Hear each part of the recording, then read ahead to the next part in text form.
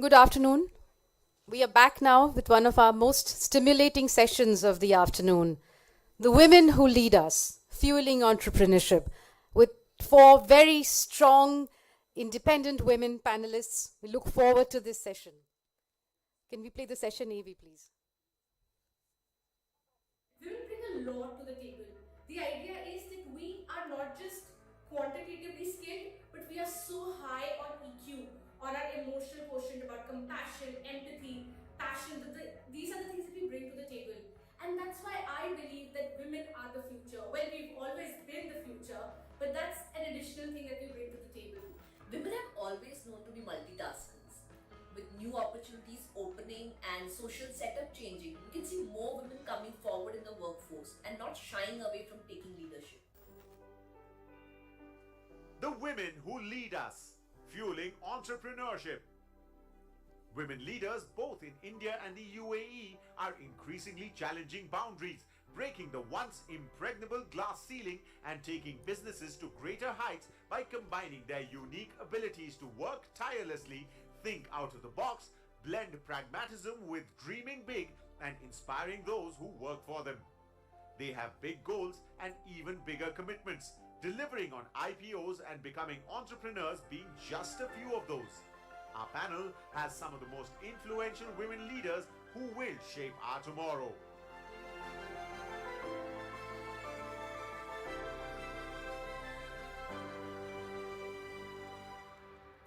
I'm delighted to invite our moderator first for this afternoon, for this session, Ms. Nargish Khambata, Principal and CEO of GEMS Modern Academy.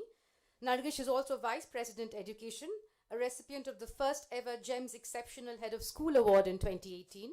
With a master's degree in microbiology, she made the transition from teaching to educational leadership, having spent over 32 years in the field of education.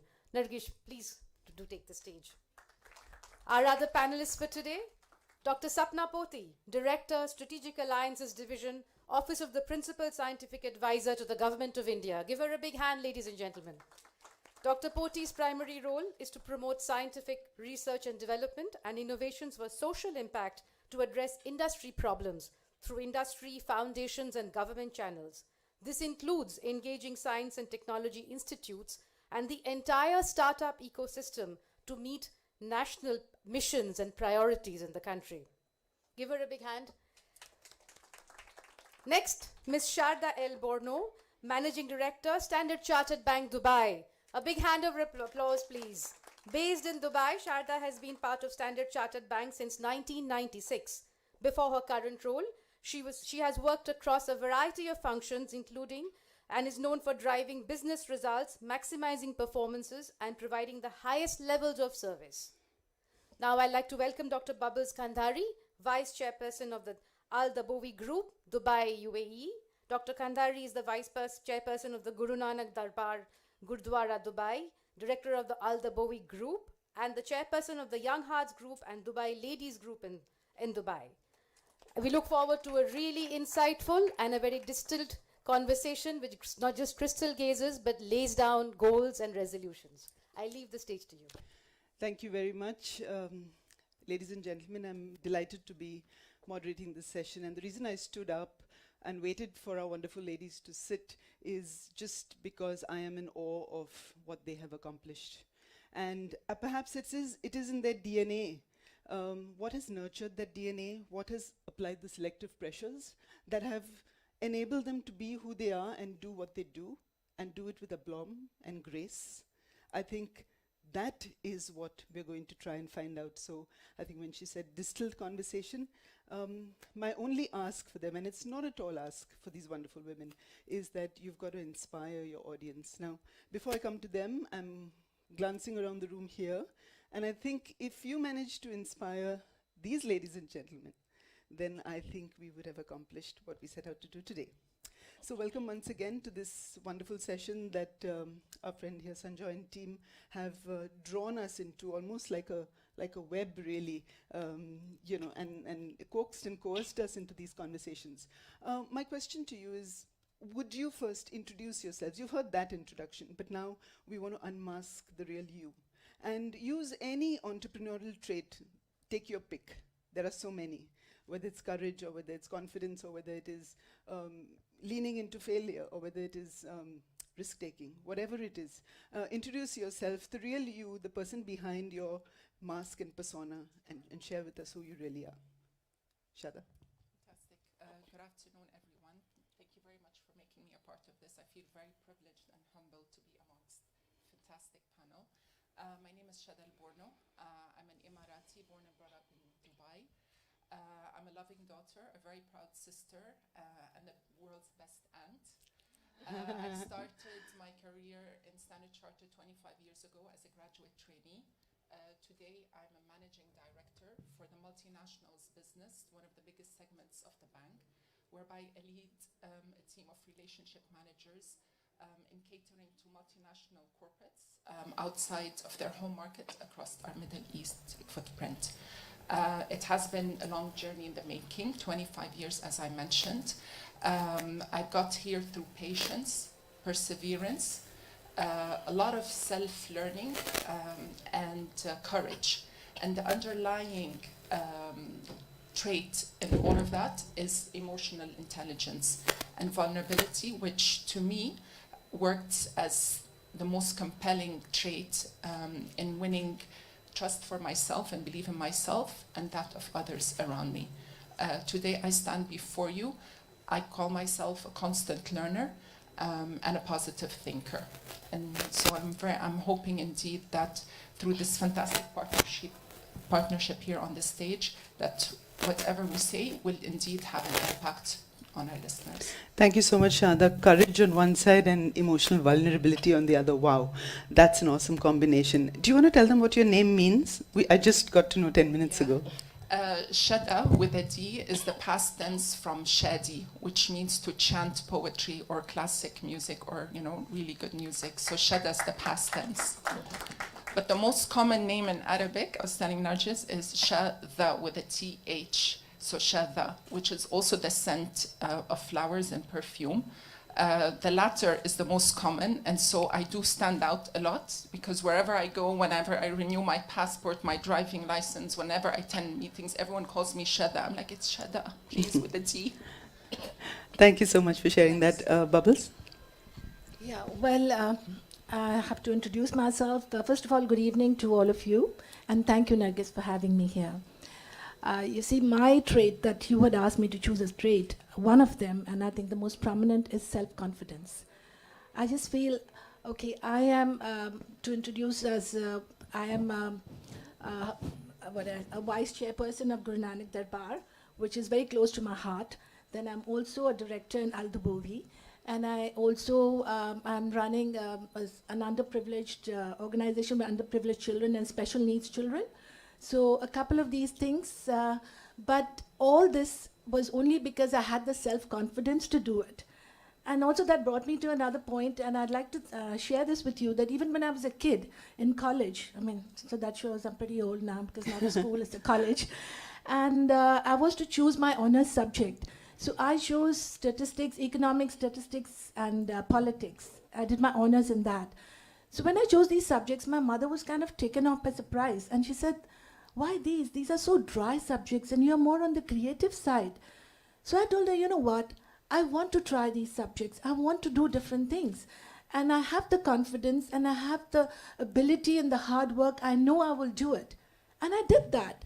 And what happened after that? It was in great stead, it stood in great stead when I had to do my, I had to work into the office, into Al-Dubovi, and do the other projects that I'm doing. So it was a great thing that happened, and that's because I had the self-confidence to do it. So I would say self-confidence in every woman is very, very important. And okay, despite of having had so many whatever awards or titles or the doctorate that was given, all that pales in front of the title that is given by us, by the Supreme God, and that is the title of being a woman. And I'm proud and blessed to be a woman. Thanks, Bubbles. The one thing that touches my heart, Bubbles, from what I know of you, is the program that you started called Young Hearts. I don't know if the audience knows this, but she takes 80 and 90-year-olds and makes them feel like 18 and 19-year-olds. And she takes them, she insists and makes sure they have a good time. She even gets them to wear black glasses and sing Kala Chashma. So, yes, so she's definitely a woman of substance. Thank you for sharing, Bubbles. Sapna. So normal people worry me a lot. The two traits that I think, make me, one is risk-taking and the other is being an outlier through and through. So I was born a premature baby, 7 months. I was in a hurry to come out. But the doctor said that you need to take her home because she's not going to survive. So I was not to survive, and this is my second life in many ways. So my grandmother was the one who took care of me and got me, into the shape that I am today, 5'9" and 70 kgs. So post that, few years fast forward, my father taught me that, studies is not as important as sports is for a woman. And I was quite surprised because everybody else in the south of India focuses a lot on studies and, mugging and rote learning and so on. But he put me onto badminton, swimming, and all of that. He said, you're going to learn life skills. You're going to learn perseverance. You're going to learn, how to work hard and how to be disappointed and then stand up again and all of that. So I think all those traits which my father taught me is the other thing that I learned, and which I think an entrepreneur needs to learn in any case. And a few years fast forward to that, I used to get thoroughly bored with, the brands that I worked with. I worked with Deloitte, I worked with ITC, Tata's, Toyota. And all of them bored me because by the time I was 5:30 in the evening, I was dead tired, and I was thinking to myself, why am I chasing only money? And why am I making the rich richer? So I realized that my calling is to work for the underprivileged, work in the government, work at a scale which has a lot of risk, because you're working with the government and you're still talking about risk. And you're talking about big scale, right? And also with the straightforwardness that I have, it's very, very difficult for anybody of my nature to be in the government. Because you're supposed to be diplomatic, God knows why, but you're supposed to be diplomatic, you're supposed to be nice, and all of that, which I'm not. So I think risk-taking and being an outlier has helped me a lot. Thank you very much. And I love the fact that it was your dad who applied the selective pressure by really pushing you into the sports arena. Which sport did you play, by the way? Badminton and swimming. All right. State level. Right, wonderful. These are both individual competitive sport, though. Yes. It's not a team sport. No, Do you badminton is because you need a partner. A partner. All right, wonderful. Sapna, over to you. I think Sharda, your question really is, we're in 2022. Yeah, 2022 we're in. We're still talking about the glass ceiling. Does it really exist? And if it did for you, what really did you do to smash that? What were your tools really? What was your superpower to smash that glass ceiling? And if you were to give your 18-year-old self advice, what would that be? So the glass ceiling is breaking increasingly day by day. But I've learned that there are two forms of glass ceiling. One are self-limiting beliefs, which we impose on ourselves and to a great extent manifest. And then there's the other, which external factors set for us. In my opinion and from my experience, both of them are breakable if we smash our self-limiting beliefs. Today, when I'm looking around me, there's increasingly many more women in C-suite positions, in leadership roles. More and more organizations are proactively embracing and fostering gender equality. And women are just not settling for anything less than their worth. That says a lot. And for me, one way of tackling my self-limiting belief, for example, I'm thinking out loud as I'm speaking to you, is this live example, which is looking fear in the eyes when it comes to public speaking. It's something that until now I really struggle with a lot. And so the way I decided to tackle this shortcoming of mine, or perceived shortcoming, is to embrace it.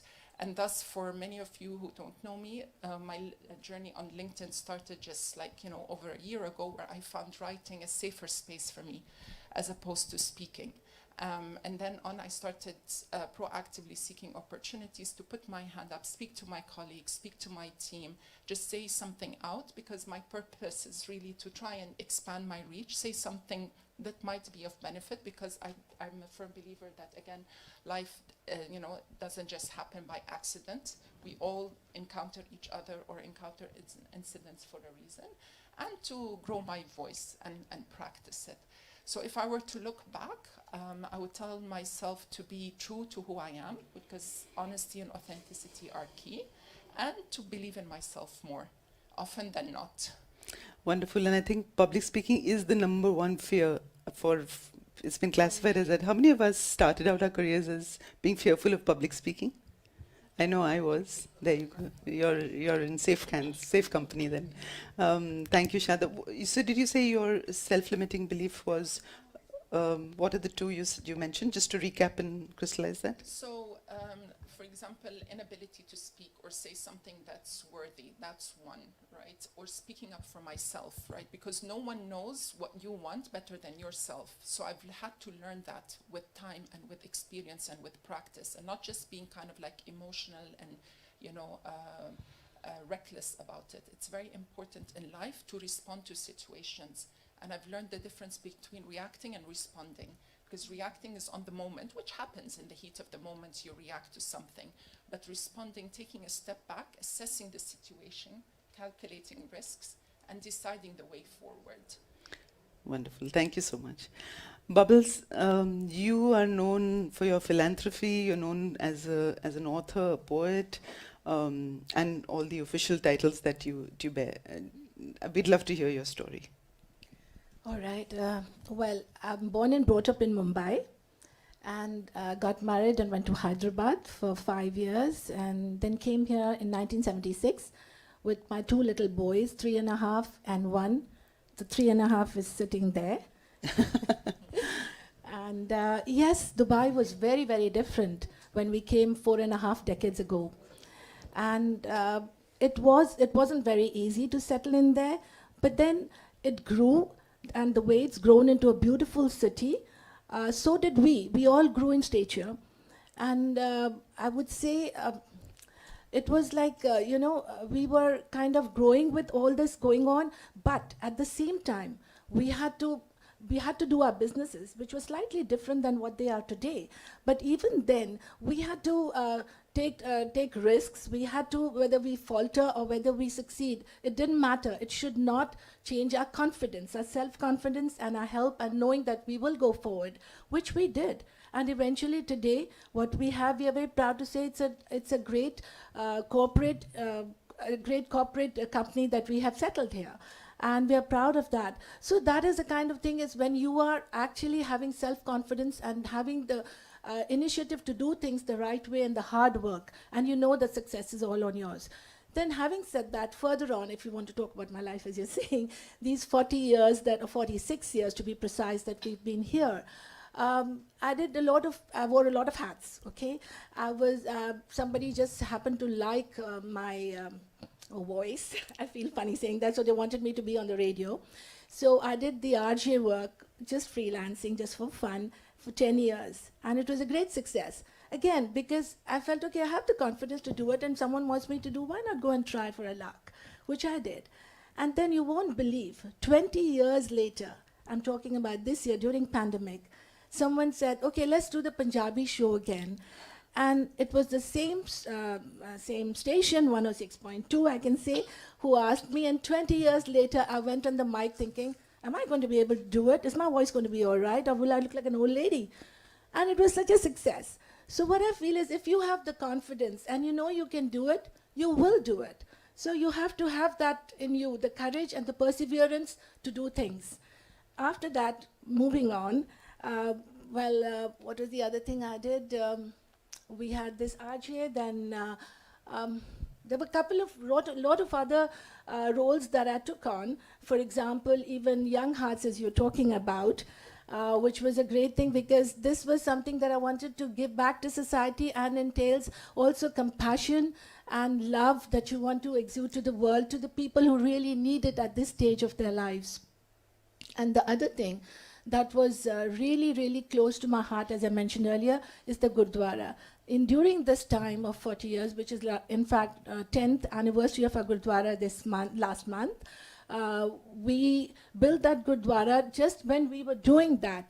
People never thought we could, and they said, "You're being stupid thinking of something like this in an Islamic country." But the authorities were so kind. They understood what we wanted and the need, and not only that they understood, they gave us the land free. And today we are proud to have the Gurdwara that is there in Jabal Ali. So what was it all about? It was your self-confidence, and it was your perseverance, and you're sure that what you want to do, you'll get it if you can convince the people the right way. So these are the few things I felt that it was important, and this is how our life went on. I'm smiling at the humility, few things. But I want to take a minute to talk about the Gurdwara, and I think it's the excellence that she's not really defined for herself. Because whatever she does, I think it's excellence. And I think the Gurdwara is the only ISO certified Gurdwara there is. I was going to tell you that later Yeah. about it. Okay. Yeah. Okay. I didn't mean to. No spoiler alert here. Thank you so much, Bubbles. Swapna, your name suggests dreams, and I'm sure as a young girl, thank you for sharing that story. They say premature babies are really hardy babies, and I think you're proving that one right. As a young girl, you probably had star in your eyes, lofty ambitions, dreams. How did you make that a reality? Right. So I talked about my father, and unfortunately, though he was everything for me and he brought me up, at the age of 16, I lost him. So I think that was the real trigger, because otherwise maybe I would have been a spoilt and pampered child, completely spoiled. I can't even explain. It's a little embarrassing. So I lost him, and my brother, the next year, he's an elder brother, and he thought he has to take the responsibility of the family, and he had a nervous breakdown, and he's a schizophrenic. So I have an elder brother who's a schizophrenic, and my mom was a housewife, but she managed to kind of get a compensatory job and so on.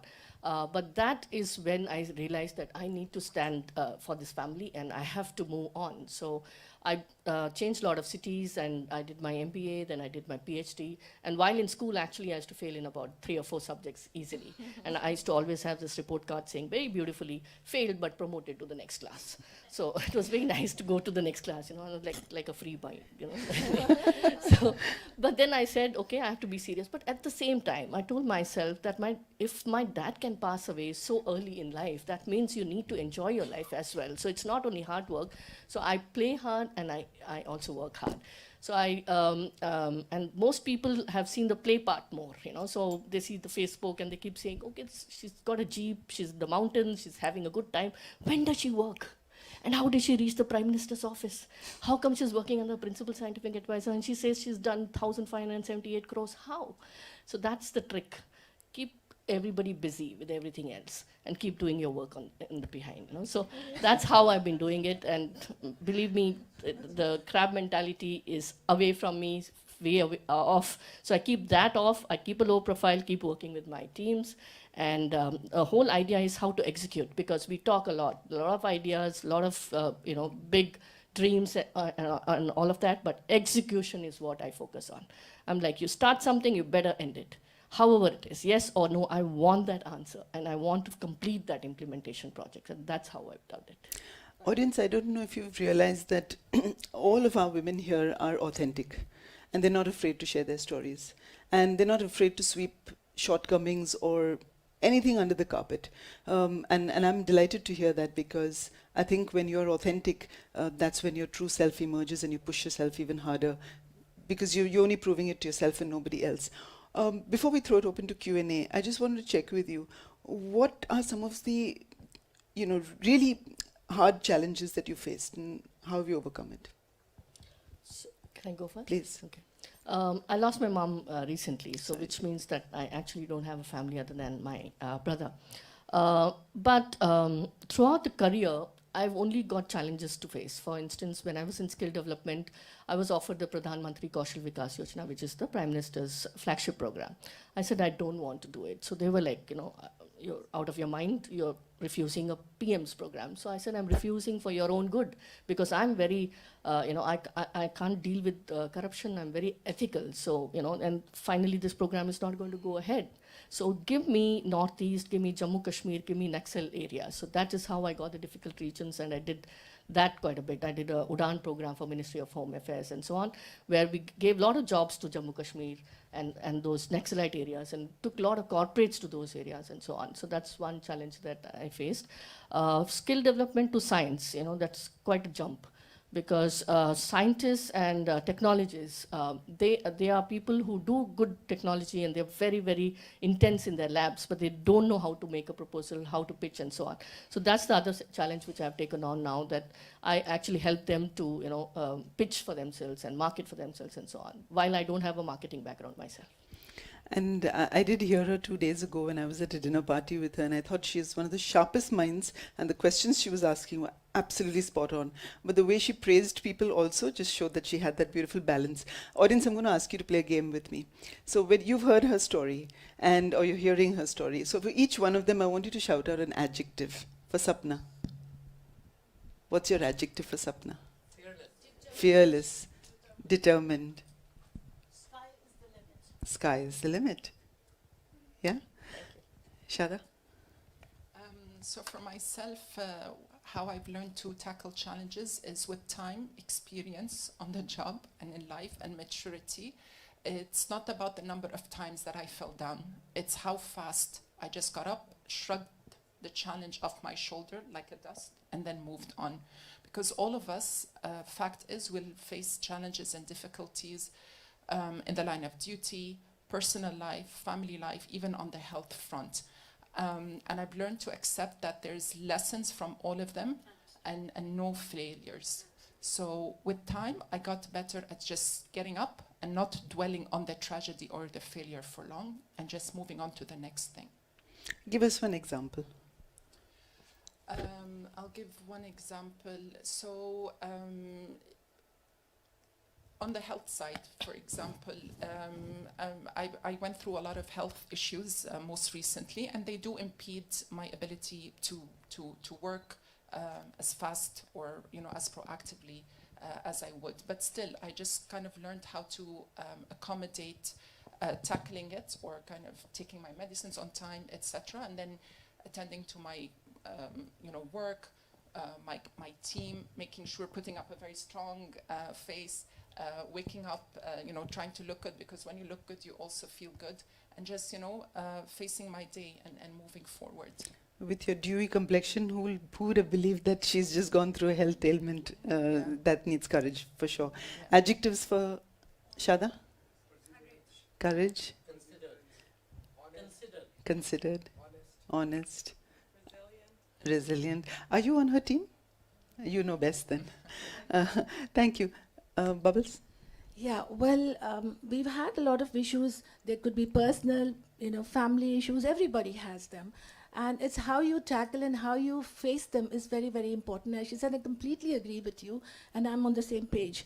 So I just felt that, these things that happen to you, it's for a reason. Everything is destined. So you have to learn to accept them and move on and wonder what is the plus point in it. For example, we did have some family issues and things like that, like everybody did.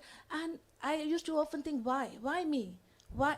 But then I started to actually analyze, and I realized this, why not me? Anybody and everybody has it. It's how you choose. Some turn to become depressed in issues, even for that matter, pandemic for that matter. So anything, how do you pick up yourself?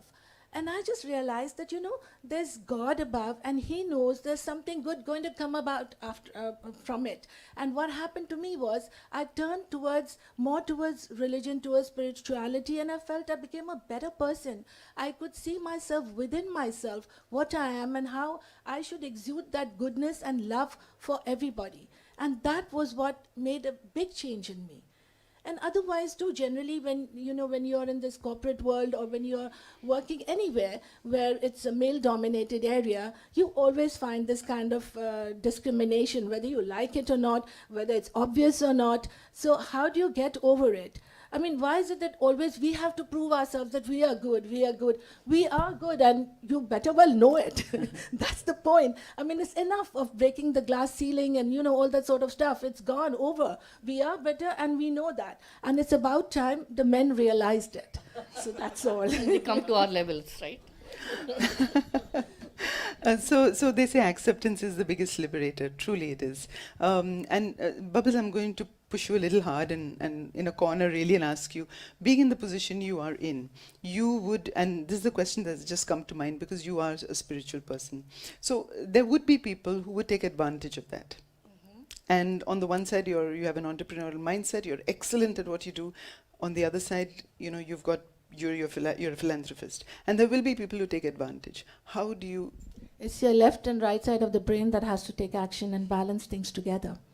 So yes, sometimes they do take advantage. You can't say you're always 100% right, but then that's their karma. We are doing our best, and we don't want to be foolish that everybody that comes to you, you have to be very generous with whatever financial or otherwise. You have to gauge yourself. You have to have a little bit of brain, which I'm sure everybody does, and then not be swayed by their, their lectures and their talks. Find out a little more detail before you get into it. And if you still are wrong sometimes, you are still right because you've done the right thing.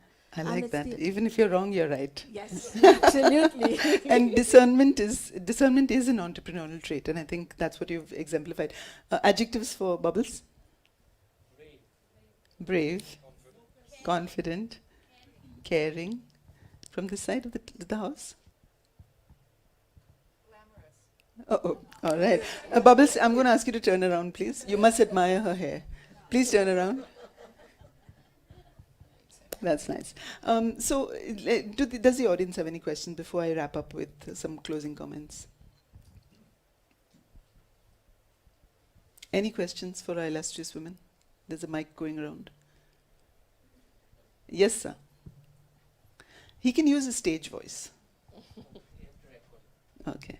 This is actually for all three of you, but Sapna and Sharda specifically. Sapna, in all of the work that you've been doing, and Sharda, in some of the work that you've been doing, how do you see the future 30 years down in terms of where do you see women and entrepreneurship sort of furthering innovation with empathy and certainly keeping in mind the benefit to the planet? It's only one planet we have. There's a little blue dot. So how will that work? And can women then become, in many ways, the leader to be able to ensure this future? Sure. So, like I said, my work is largely in science and innovations, and quite a few women in STEM are, working a lot on research and development. So they're working on water technologies, they're working on waste management, they're working on renewable energy, and so on.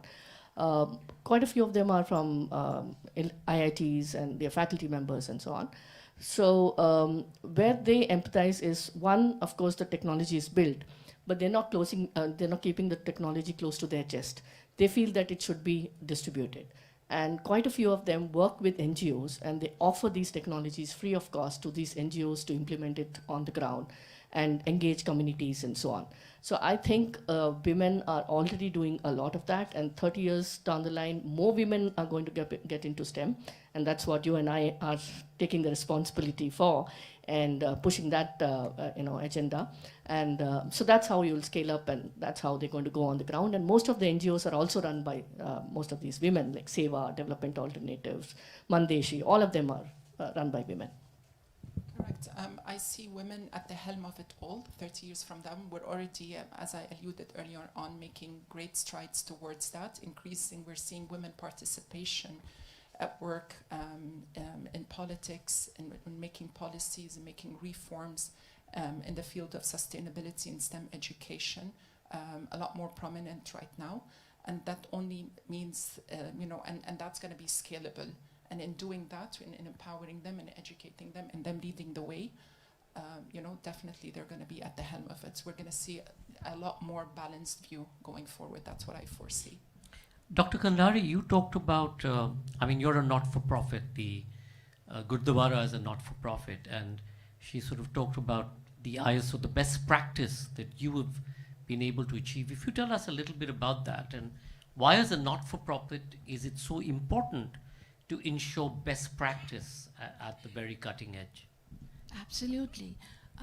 You see, the Gurdwara was built with things in mind that all Gurdwaras are, but it was with a slight difference, because I would say it's not the absolutely, what you call it, the typical gurdwaras that you see, not that I'm running them down at all, but we had a vision, rather my husband had a vision, and of course I supported him, was to make it something a cut above the edge, so to say. And we had this ISO certifications because we wanted it to be clean, healthy. There were 4 certifications that we have, which is actually a record in any religious institution. So, which is considering hygiene, food, and lots of other things. These 4 ISOs, we've got 2 world records.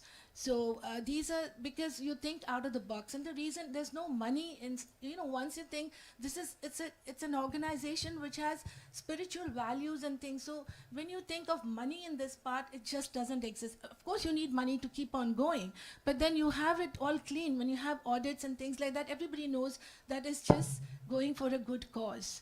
So when you're doing these things, it's a different ball game.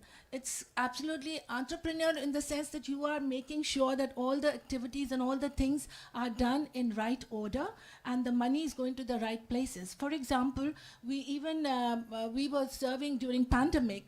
We served about 150 lakhs or something, 150,000 kilos of food all over Dubai, UAE rather, to the hospitals, to the camps and things like that. We had 15 chartered flights. We sent people back home.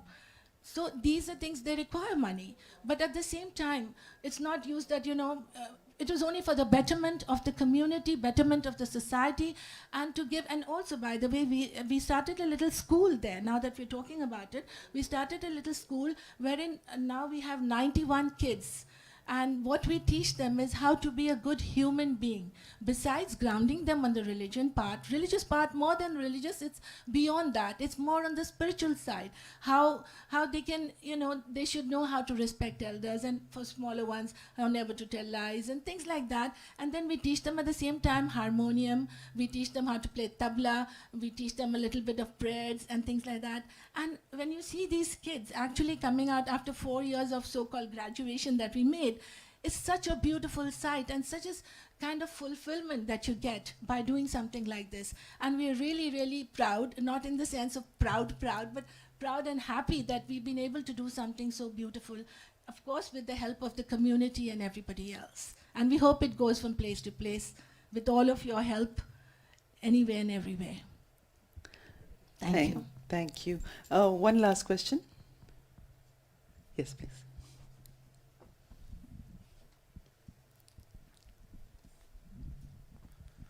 Hello, I'm Sridhar Bibara.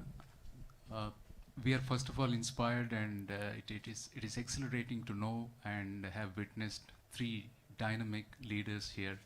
So in that context, and in the context of currently India and UAE have signed the record-breaking trade pact, how do you look at the current leadership both in UAE and India, and how do you expect this leadership to evolve for the next couple of decades?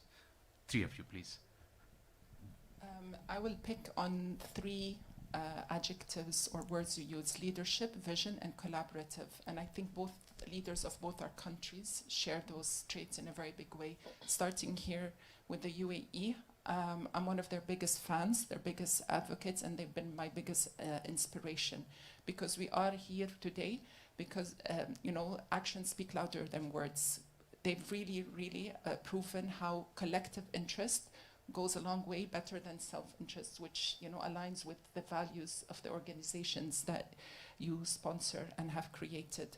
So indeed, and the partnership and the signing, the agreement that we saw today is a testament to the trust, the collaborative efforts that have been in the making for a very long time, the vision that both countries have shared for their people and for their countries, and the leadership which is at the helm. This is how I would put it. It couldn't have come in a better time. It couldn't have come in a better shape or form. They mean business. They mean the best for both their countries and their people. And a result of that was this phenomenal agreement that was signed. And it's great that we're here today just as a follow-on of that, or just, in the middle of it. Wonderful. Sapna, do you want to respond? Yeah, sure. So the leaders, largely, I'm going to talk more on innovation, startups, as well as on STEM, because that's where I come from. the leaders from this side are also very encouraging, and you would have seen a lot of unicorns and startup ecosystem and all of that that we are working on.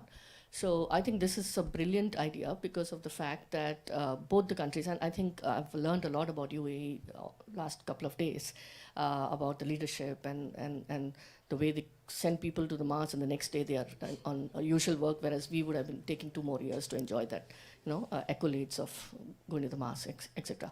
So I think there's a lot of, learning both ways, and also the fact that we are good at some points. There are some strengths that our nation has. So those are the strengths that we'll be bringing onto the table. So I think it's a brilliant partnership that will be happening this time. Just chasing Sridhar's question, what do you think women need to upskill in terms of leveraging what this new pact is going to throw for them? See, I know that a lot of the girls... Okay, it takes about a second. There's a lag effect there. I see more and more girls entering the domain of STEM education, more and more women. We have Her Excellency Sharda, right? More and more girls are, venturing into the field of science, artificial intelligence, applied sciences. So the groundwork is already happening there, and hopefully through partnerships like that, that will create, they'll go from education to employment, because there'll be areas for them to apply their knowledge and experience and contributing towards these sectors and these, this new economy. And in terms of policy making, what is lacking? What else needs to be in place to really, allow women to leverage these opportunities that are just lurking around the corner? So actually the policies are all in place. Like I said earlier, the execution is more important. What's going to go on the ground? You have budgets, big figures, you have wonderful, very well articulated policies, but we need to see what's going to the ground and how many women actually get this. So for instance, if I ask the audience here, did you know that there are specific entrepreneurship development programs in Department of Science and Technology, Department of Biotechnology, MHRD? How many of you knew, and what are the names of those policies? So question is, how do you get that information out in the public domain? Exactly. So the communication is what we need to work on. The execution is what we need to work on. That's what we do. But of course, I largely take the industry and the philanthropic funding to the researchers and to the innovators, and I execute in my space. And I think this is where the partnership will play a very big role, in where each organization, each one of the countries will play to their complementary skills, yes. Right? And because that's how you level the playing field. And I think there's lots of synergies, but also lots of learnings from one another. So if it's in place in one another, and another country, for example, is better at the execution, then how do we blend both together? Right. In fact, one of the very nice policies that we have is the top 10 women are sent to the Silicon Valley to study, to learn on startup ecosystem and all of that. So you can well imagine if UAE and India cohort is made together and they go to the Silicon Valley. Wonderful. To learn something. And Sridhar, you've set the ball rolling, so there's 2 more questions following that. What are your thoughts on mentorship? That's one question it's a burning question, because I don't know if we have enough women mentors for young budding entrepreneurs. And I suppose the other question then being, while we're looking at the top echelons and we push them hard and they do very well, but there are so many just subliminal, just below that, who are also ready and raring to go. What are the opportunities they have? Right. So, in fact, Sanjoy and I are working on this Women in STEM series, where we're looking at how, first of all, we are also looking at top 75 women to be awarded, so that people at least know that these are the women in these areas and all of that. It's also going to be a FICCI flow and us putting up a coffee table book. And so in addition to that, we're also looking at how the senior women offer mentorship and offer internships in their workplace. So we've got organizations like Biocon, Syngene, a German company called BASF. So we've got a lot of industries who are interested in funding internships in research labs and so on. So we've built the entire program of sorts for these younger women or undergrads to go to research labs where they come from different colleges and institutes where they don't have this facility. So we're getting them to go to some of the IITs, some of the better research labs, and we are getting the funding from philanthropic organizations. seen a lot of organizations collaborate and come up with accelerator programs for the purpose of mentoring women across different milestones of their entrepreneurship journeys, and that's going to help in a very big way. And we don't have to restrict it, with all due respect, to only women mentors, but we look definitely to our male allies and champions to help in that in a very big way, because again, we won't achieve equality without their support and their sponsorship, so that's key. So definitely mentorship is a big help, and we're seeing green shoots of that. I'm aware of many programs, of many organizations, as I said, that come together, partner up, and open the space for entrepreneurs to come and pitch their ideas, looking for networking, funding, mentorship, support, and guidance, and hopefully that will help in a very big way. Wonderful, and I'm glad at no point in time did this ever become a women are better than men. It's never been down that path, so thank you so much for that. Closing statement, this was a beautiful segue into what I want to ask you now. They say women are more intuitive, they manage people better, but they're not as task-oriented as men. Now, and I'm stirring the pot there. You are absolutely, and I don't agree with you. Part of your question is right. Yes, I said they say. Yes, we are intuitive, but absolutely not that we don't care about the task that we are supposed to do. We definitely do it well, and I have two examples as far as my personal is concerned, is that, see, young hearts. It's completely all about how you treat your elders, how you look after them, how they need this kind of, talking and dealing with them one-on-one basis and stuff like that. At the same time, you're not compromising on any of their activities that you want to do. So you are going ahead with that. So that's one part. Then the other thing I just remembered is about the Gurdwara. Okay? I mean, what are we doing there? Nothing. That is, it's all about interaction with people. It's like almost like a hospitality area. Of course, not putting it that way, but people come, they tell you all about their problems, their issues, apart from just going and sitting in the hall and trying to. So you are interacting with them. You are seeing, and and at no point have we compromised on the quality. We have 2 world records of the Gurdwara, doing one for maximum nationalities that have had breakfast. And we also did interfaith sessions, conferences. We've had interfaith conferences, and we're doing we're doing the Women's Day, which we've been doing the last 4 or 5 years. And in fact, now it will be coming on the 8th of March. We'll be having it in our Gurdwara. And we've been doing so many such activities. So there's no way we've compromised. So there's no way we can say that we are just intuitive and nothing Thank you else. for that emphatic endorsement. Some closing statements from you all, ladies.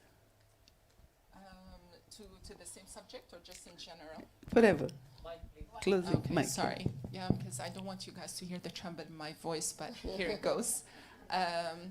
So I would just stick to be honest, be authentic, be true to who you are, remain consistent and committed and focused and motivated, because it requires all of the above for us collectively. And I look forward to all of us to challenge the bias mindsets, self-limiting, biases and mindsets, and let's work together collectively to make it a fair and equitable place for all of us. Thank you. So I feel women especially need to, respect themselves first, because of the fact that most of them think that they are lesser than men for some vague reason. I don't know what the reason could be. So they need to focus on themselves in terms of their ambitions being very important, having perseverance qualities as well, and looking at a focused approach to all of this, and surely not being stereotyped as, you're not a taskmaster. In fact, I'm such a taskmaster that my principal scientific advisor and the team hates me for that, because I'm all the time behind them. So they're like, why don't you relax a bit? Why don't you go to Dubai Expo and take some time off and that kind of thing. So that's how it is. Thank you very much, ladies. It's been a pleasure. I'm mindful of time. Thank you very much. And audience. Thank you very much. That was truly a distilled session. Informative, empathetic, honest, candid. It just couldn't get any better. A round of applause for these wonderful ladies. All of them leaders. Parul is going to just grace them with our signature scarves. And our moderator for this session was absolutely brilliant. One round of applause for her. Thank you, Ms. Kambata. We start the next session at 6 p.m. sharp. So do not go for coffee. Just stay, because the next session is even more exciting. Sustainability and fashion, which is going to come up at 6 p.m.